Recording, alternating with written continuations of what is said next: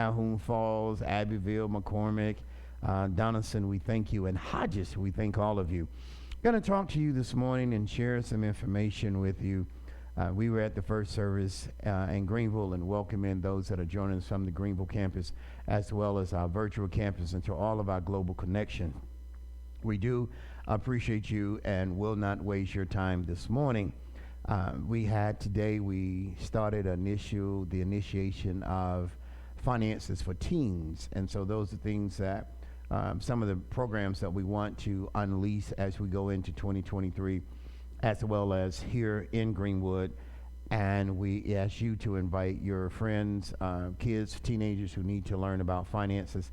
They need to get the behavior before they get the money. So when they get the money, they can keep the behavior. So we want to help them understand the intent and the purpose and the use of money. Want to share with you a couple things. Basic scripture is out of Proverbs 21:5. We are going to go to Ecclesiastes. I know I've been using that scripture for some time, but literally with people, sometimes you have to break it down. One of the things I will share with you for those who like to take notes is don't walk in fear. Walk in purpose. And the other part is everyone needs to have some level of a devotional. I know this is the month that many are using across the world, a month of fast to hopefully to right set themselves as well as their spirit for the year 2023. The number 20 means redemption. So everyone should be in a point of recovery. That's the level of redemption where we are right now. There are some things that are historically that you should be recovering. There are some things that you've lost in your present that you should be recovering. And then you also have to understand the number 23, the spiritual neurology number means 23 means death. Doesn't mean that you're going to actually physically die. Death is always and every year, every day. The point is, what are you willing to die from? What behaviors, what mindsets, what things are you willing to give up so the future you want can become a reality and rather than just being an idea? So the number 23, spiritual neurology of that number means death. Doesn't mean that you're going to die. But in order to grow, something has to shed. There are some behaviors, there are some skins, even in a tree, it sheds leaves every year. It sheds fruit every year. Because once it has maxed out, and many people do not realize this, there are some things and some people and some jobs that have maxed out in your life. It has no more space for you, and you have no more space for it. So everyone needs a devotional, something to help set your spirit in the morning, as well as a devotional. Now, I know many of you probably was up watching sports last night, and I saw all kind of peace signs in the first quarter and people pumped up and saying that, the game's over. They had a 27-point lead. There was a guy on the team that kept saying, don't do that because there's another 30 minutes coming. And see, sometimes when people are celebrating, they're celebrating too quick. And sometimes when people are negative, they're negative too quick. And at the end, they lost the game. They had a 27-0 lead. It's not how you start out, it's how you finish. Now, I know there are some Georgia fans. I can't even think of it. I know my son is one. And I listened to, and I will use this term for him, the great Kirby Smart. They asked him, said, hey, you won back-to-back national championships. And this is in college football. And he said to them, he said these words, and let me give you his quote. He said, yes, thank you, but if we want to repeat for a third time as national champs, we must start the journey of reinventing ourselves in order to pursue a historical three-peat. Here's the problem with most people. They are dissatisfied and satisfied at the same time with what they have done. What you have accomplished, let's give you a hand clap. But my friend, that has nothing to do with tomorrow. I'll give it to you like this. You can go to the store. You can have $5 for gas, and you can get gas. Go to the store and try to get $5 tomorrow and don't have $5 worth of gas tomorrow and don't have $5 and tell them I had $5 yesterday. Yesterday has nothing to do with today. If you don't have the $5 to purchase gas today, then either you're going to stand up at that pump and ask people to help you out, or you're going to drive off their property. That goes two ways. Many of us are carrying, that must have happened to somebody you know. They still bragging about yesterday, and then they don't have nothing for today, you know. And that's what happened in the football game last night. I actually went to bed early. I was like, oh, Lord, I feel good, y'all. I feel good. I got to go do another service this afternoon. I'll probably be tired and sleepy, but, that's okay. Right now I feel good. And that's what happens to people. We get caught up in our emotions in the moment. And so here's the thing. I want you to get this. Okay, Proverbs 21:5, but the plans of the diligent. And so this is what I want you to get. We're still in January. Do you have a plan for the first quarter, which is January, February, and March? Do you have a plan? Because you cannot go into second quarter if you didn't have a plan for first quarter. There's some things, now it's a time of purging. There's some behaviors, some attitudes. So here's what it says. The plans of the diligent surely leads to an abundance. I think that's why we get up. I've seen some of y'all Facebook posts for 2023. Y'all got money hanging out everywhere. Got money on the table. Some of y'all want to be some ballers in 2023. I ain't mad at you. Go on, big ballers. Got you know who I'm talking about, don't you? Got the pearls on. Some of y'all look like new money. I'm not mad at you. Just make sure you get the money. Get it legally, please. I want to do a prison ministry, but I'm not trying to start that today, and especially not you. So here's what it says, the plan of the diligent. So this is why we're taking a little time and we want the plan. Leads surely to abundance, which means a plan has a strategy and a process. If you want to write anything, every plan needs a strategy and a process. But everyone who is hasty comes only to poverty. Here is the thing. Opportunity for you, for others is coming. But here's what it's going to require. It's going to require the best of you.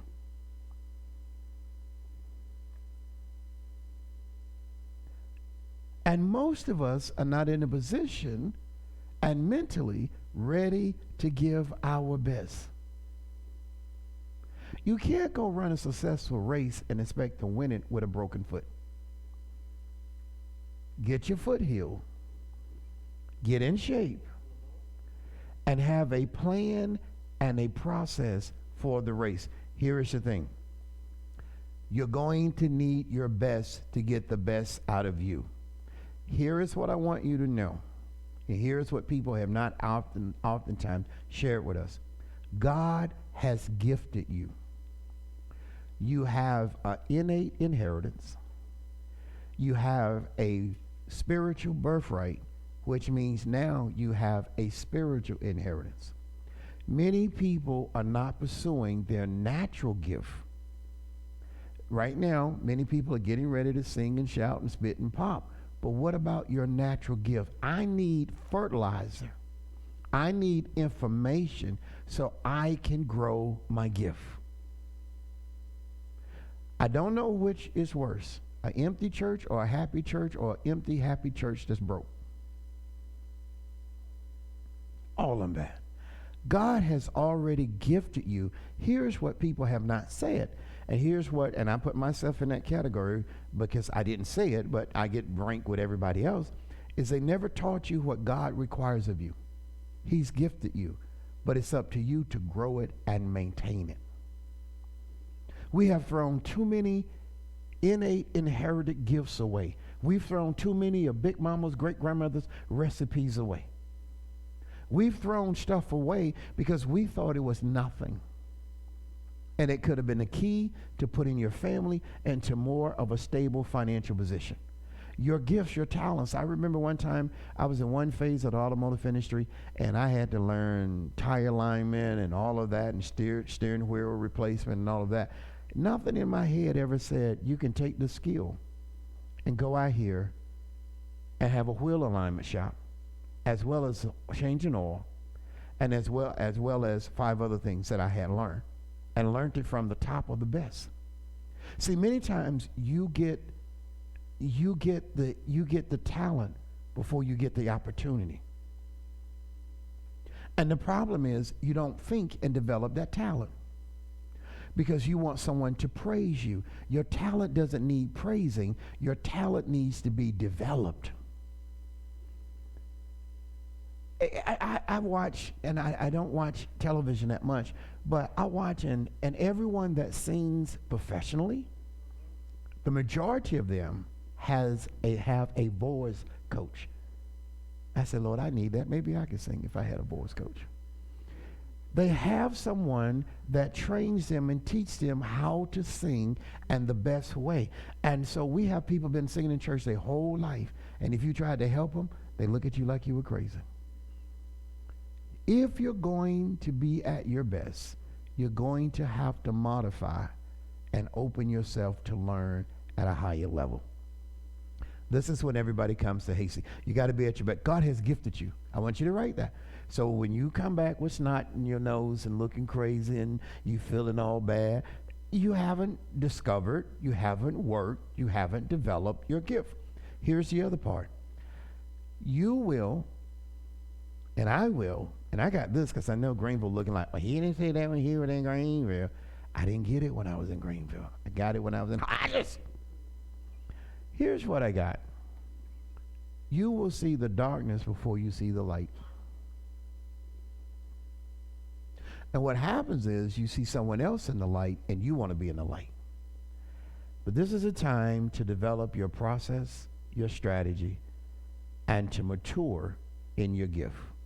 For you to get comfortable and for you to get comfortable with your gift. So we have a problem when we see darkness because fear comes about when there's no praise.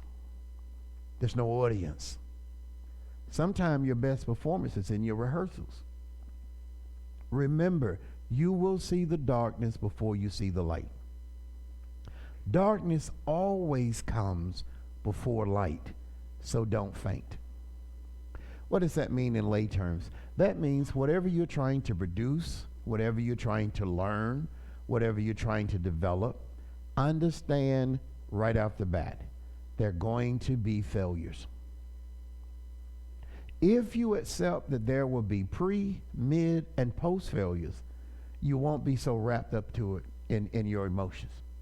There's going to be, you can have an idea, you can have a plan, and get there, and what you were told is not what the problem is. You know about that. So now you got to do seek and discovery, which we call research and information. You got to figure out what it is, then you got to come up with a plan and a strategy, and sometimes you have to go get additional tools. Don't faint, and quit listening to people who just want to complain and don't want to do anything.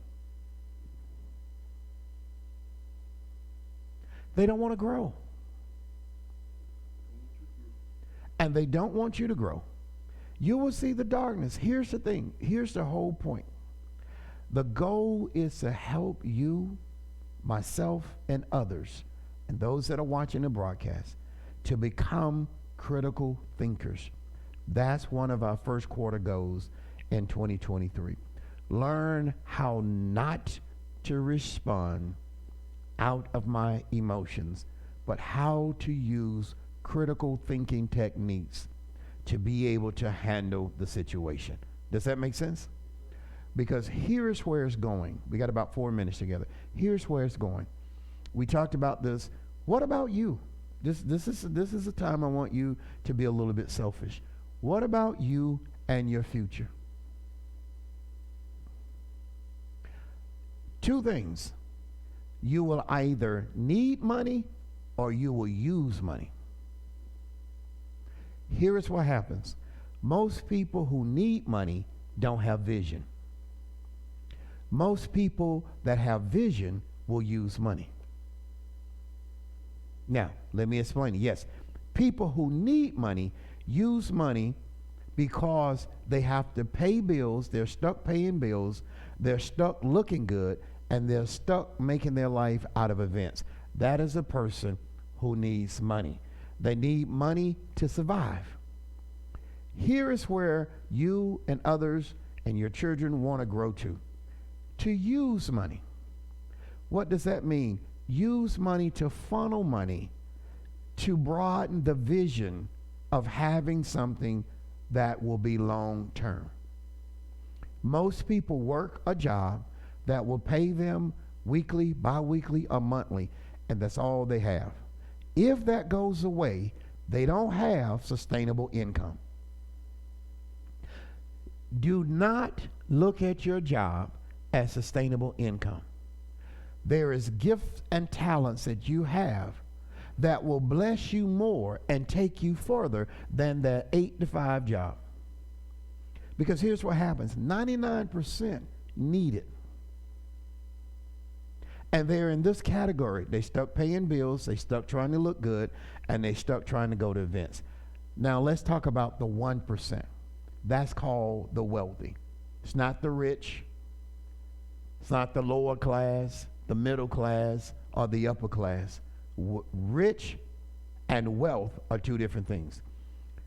Wealthy people will be disciplined in order to develop something, and they will use money. Because see, some of your businesses could be off the ground, but you don't understand the power of good credit, and you don't understand the power of getting an SBA loan, and you don't understand the power of getting a banker on your team.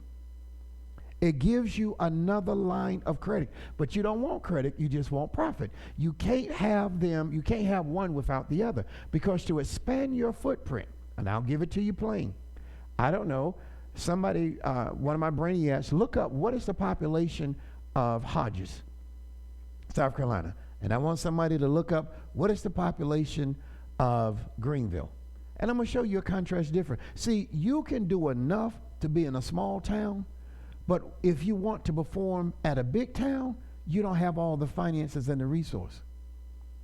And when people pursue revolving credit or revolving line of credit, now if you had to expand to Greenville, you can use that revolving credit in order to expand your business. It doesn't change your profit line, but it definitely changes your growth line. And when your growth line increases, your profit line will increase. What'd you come up with? In Hodges?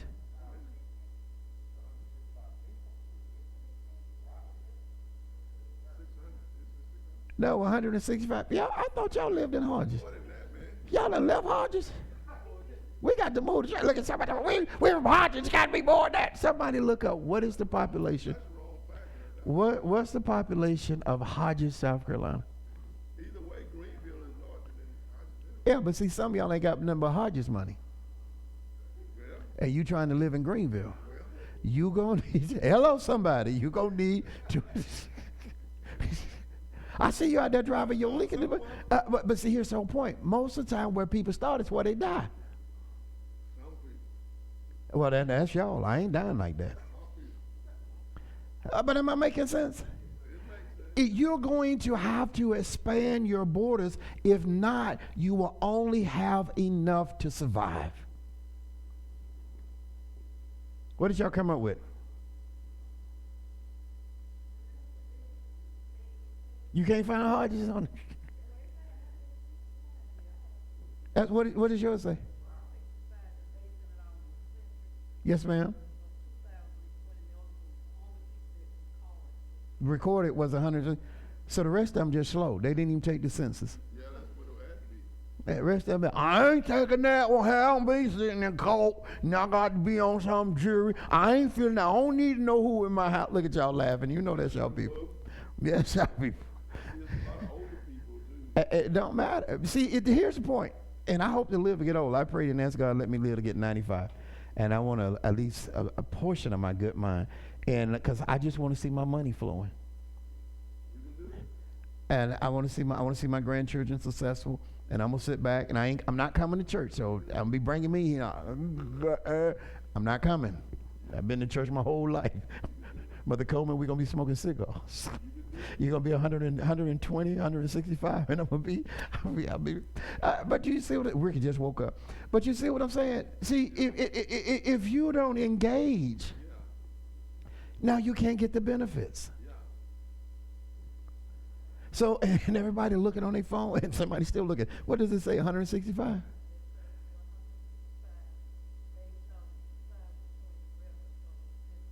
$165 based on the 2020 rev. So y'all need to tell her, can they read it right? They can? Tell them to fill out the census then. I know they mad at me. Oh, we're going to have some. He's talking about people from Hodges. Well, come to church then. Get mad at me in the church. So anybody see the population of Greenville? 72,000, right at 73,000. So you can't operate with a Hodges mind and not filling out the census and then expect to go make the kind of profit in Greenville without expanding your footprint. You just don't need wealth for you because, and I'm going to say this, and it's going to be a little tough. If you are the one that's generating the wealth, you broke. Real business doesn't start until your hands are not on it. That you have created and invented a system that now can work without you. It doesn't mean that you don't manage it, but if you've got to be the product, then you're still in the incubator stage. And I'm going to say this and I'm going to close. And I know some of you all are looking at me and asking me why. Here is the reason. If everybody's working, and this is generally with certain ethnicity groups, they think you lazy if they don't see you physically working. The people who are physically working is the result of people who are thinking. Because there would be no work without someone thinking how to create the work. See, the average person, the worker ant, just goes to work and does that job, just does the job. They do it for 15, 20 years, and they like, when them people upstairs, they don't do nothing. They have kept you working for 20 years. Because they sat down and figured out how to keep existing customers, get new customers, and expand the base of the business. So if you are working, who's thinking? Somebody has to be thinking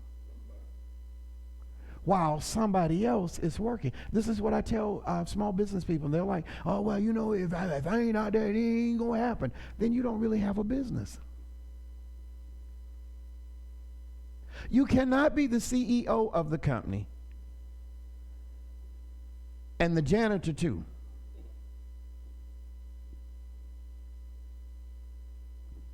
That didn't go over well.